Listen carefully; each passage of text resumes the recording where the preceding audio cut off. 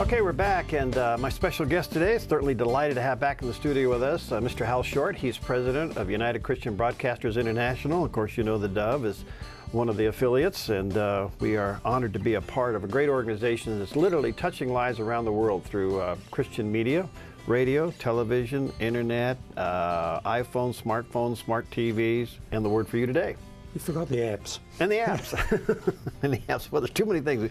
We had a big electronics show in Las Vegas last weekend, and the big question is, what's the new thing coming out, you know?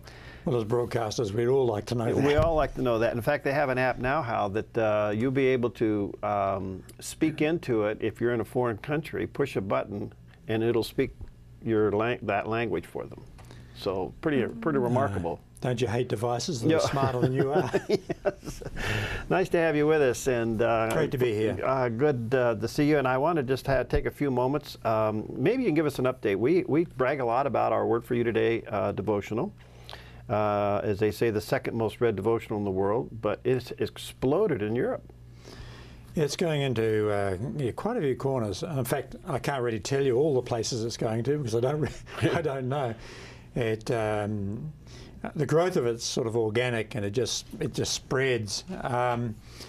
We've just set up a UCB in Italy, and their first focus obviously is the Word for. Mm-hmm. And they've already published, and that's starting to go well. Mm-hmm. You get places like Hungary.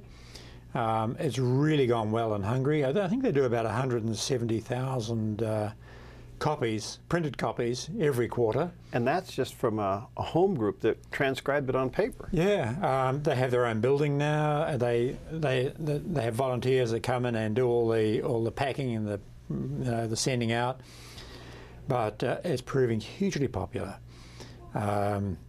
We do have it. We do a bit of work in Germany and Holland and those places, but I guess our main bases would be in France, Estonia, and Denmark, and the Scandinavian countries. Wow! But and the Portuguese and Spanish as well. So yeah, it's spreading right through. That's wonderful.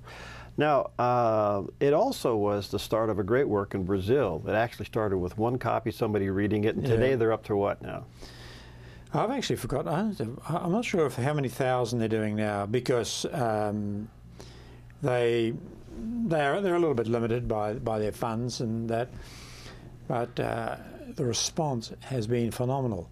But even in their smallness, they have taken the trouble to translate into a local tribal language which goes right up in the back of the Amazon, and they translate it into Ticuna. And it goes up to this village which is on the border of Peru, Colombia, and Brazil. Wow. Bandit country, really. Wow. And I know I was talking with James Hunt, and he was telling me about a chief from one of these villages, which is way up the river. I don't know, I think it was like about a 7-hour paddle or 7-day paddle down. Mm. And this old man came down and wanted to know about the gospel. And he said that and after a couple of days of being taught, he said it's just too much. And so he went back and he sent his grandson down. And his grandson's been coming down faithfully. Wow. To hear the gospel, and takes the stuff back and teaches the village. The commitment to some of those people is amazing. I know that one of the people in the city went up there, I think, to spend time with this particular village, and I think it was like about a 7-day boat trip up. Wow. Now, petrol is very limited supply, and when he got to this village, they'd run out, or they're running low on petrol for their generators, or diesel for their generators, and he prepared to sacrifice some of that fuel, because he only had enough to get up and back, for the village, and he was prepared to do that and actually paddle back to where he had to go. Wow. Which would have taken him a month. Whoa. This is some remote country. Wow. But the gospel around that area is being received. The Word for Today is going into this area. But going back into places like Rio, if we had the resources, we could print 1 million copies and give it to the prisons, the hospitals. You can't get enough copies. The hospitals want want the word for today for every patient that goes into the hospitals. Wow. And as they were saying to me that, you know, we could print 1 million copies and they'd go. Wow. The demand is so great in that part of the world. What's happening in Africa? In Africa, we're still publishing in Nigeria. They do about 500,000 up there. And there's they had some challenges, obviously, you know, going to that area. Guyana, Kenya gets into these places. We work closely with a group in Tanzania, and they're taking it into all sorts of places. The group that we work with, they have a radio station up in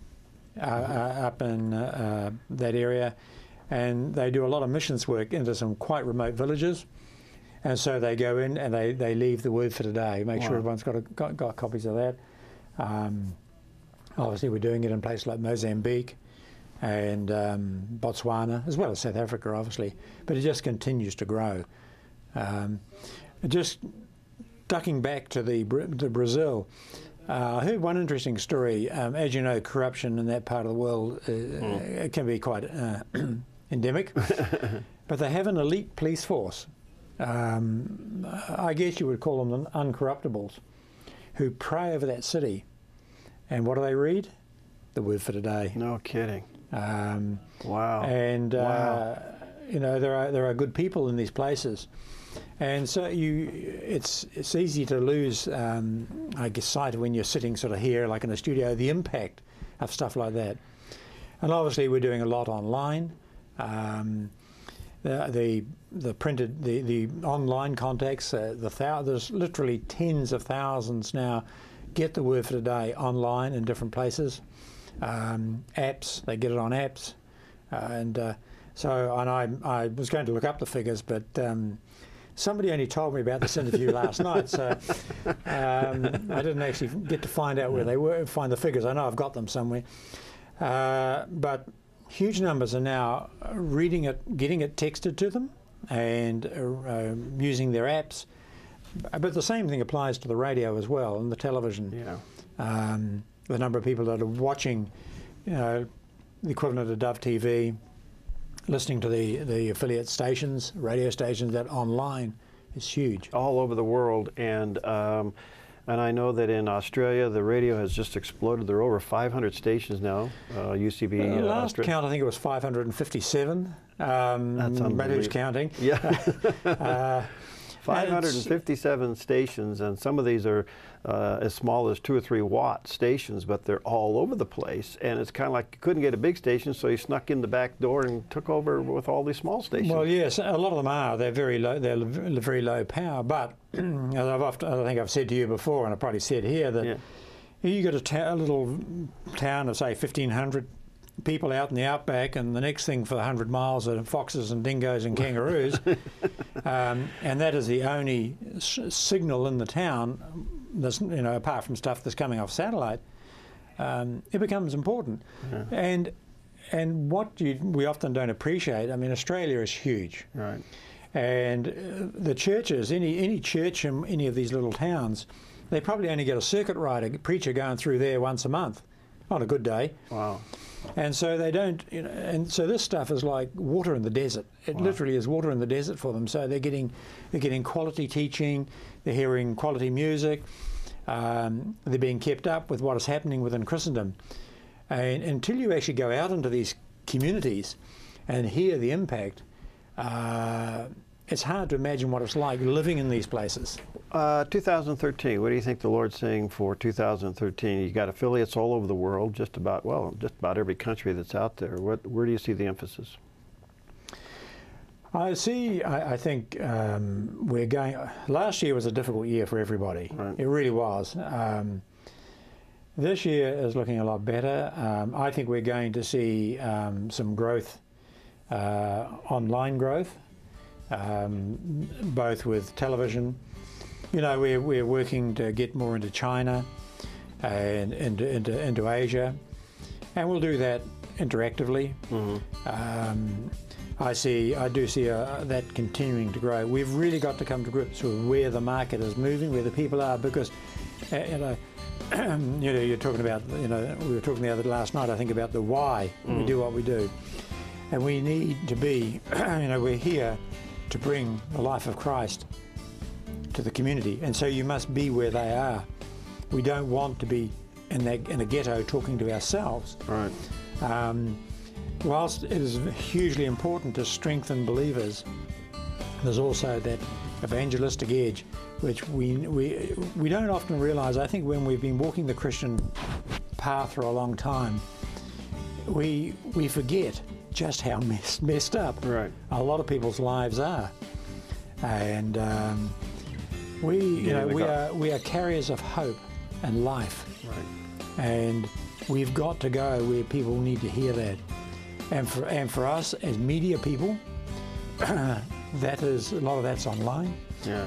Whether it's IPTV, apps, and whatever. Right. The radio is the same. Well, Hal, great to have you. I know that you're on a tight schedule, here for a couple of days visiting and checking out and make sure that we stay on the air. And thanks for what you do and the leadership you provide. It's a delight to serve with you. We'll be right back.